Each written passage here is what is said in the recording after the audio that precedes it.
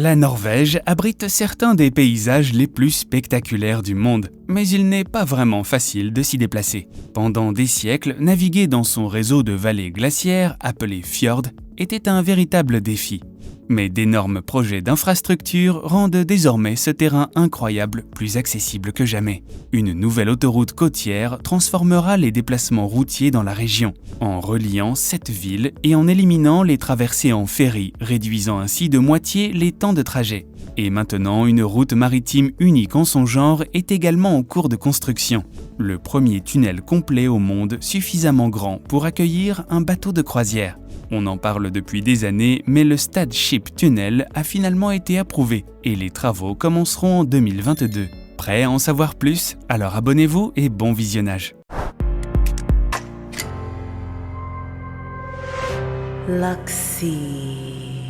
Le Stad Ship Tunnel sera le premier tunnel au monde à être construit exclusivement pour la navigation. Les Norvégiens ont eu l'idée du tunnel en 1874. Lorsqu'un journal a imprimé un article sur un tel projet. Cependant, personne n'a vraiment pris au sérieux le potentiel d'un tel projet avant 2011. D'un coût de plus de 300 millions de dollars et d'une durée de construction de 3 à 4 ans, le projet prévoit la construction d'une nouvelle route maritime d'1 kilomètre de long, sous la péninsule de Stadavet à son point le plus étroit. Ce projet fou est la réponse à un problème qui existe depuis plus de 1000 ans. En effet, depuis l'époque des Vikings, la traversée de cette partie de la mer est synonyme de voyage périlleux pour les bateaux. Avec de fréquentes intempéries, des conditions de marée difficiles et de forts courants, cette étendue d'eau est celle que de nombreux capitaines de navires préfèrent éviter. Le contourner pourrait s'avérer lucratif pour le secteur touristique du pays, tandis que d'autres industries et commerces bénéficieraient d'un passage plus sûr. C'est un défi extrême qui a toujours nécessité une solution assez extrême. On pense que les Vikings y parvenaient en traînant physiquement leurs bateaux sur la terre ferme.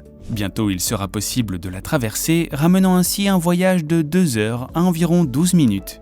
Nous avons déjà vu des tunnels pour les bateaux, comme celui sur le canal du Midi en France.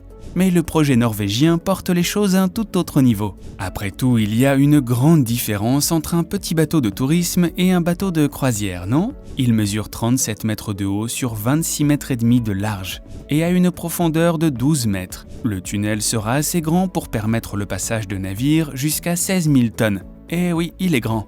Bien que les entrepreneurs chargés de la construction n'aient pas encore été désignés, il est prévu que la section supérieure soit creusée de la même manière que les tunnels routiers classiques, c'est-à-dire à l'aide de foreuses souterraines et d'engins à palettes. Heureusement, la région ne manque pas d'expertise dans ce domaine. La Norvège compte plus de 1000 tunnels routiers. La construction devrait commencer aux extrémités opposées de la péninsule, créant 2 tunnels qui se rejoindront au milieu. Le toit devra ensuite être renforcé par du béton pour assurer sa stabilité, avant que des voies de service soient ajoutées pour permettre l'évacuation des déblais. Les travaux se dérouleront ensuite progressivement vers le bas, couche par couche. Pour creuser le sol du tunnel, des bâtards d'eau devront être placés à chaque extrémité des entrées. Ces barrières empêcheront l'eau d'entrer et permettront de creuser sous le niveau de la mer. Lorsque les travaux seront entièrement terminés et que tous les services comme l'éclairage seront installés, le tunnel pourra être lentement inondé avant que les bâtards d'eau ne soient enlevés. Au total, environ 8 millions de tonnes de roches seront enlevées et partiellement recyclées pour de futurs projets. Assez pour construire 3 Empire State Building.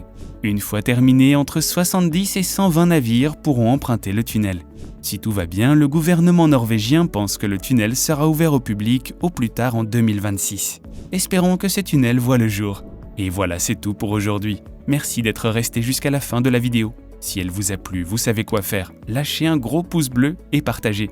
Nous vous disons à bientôt.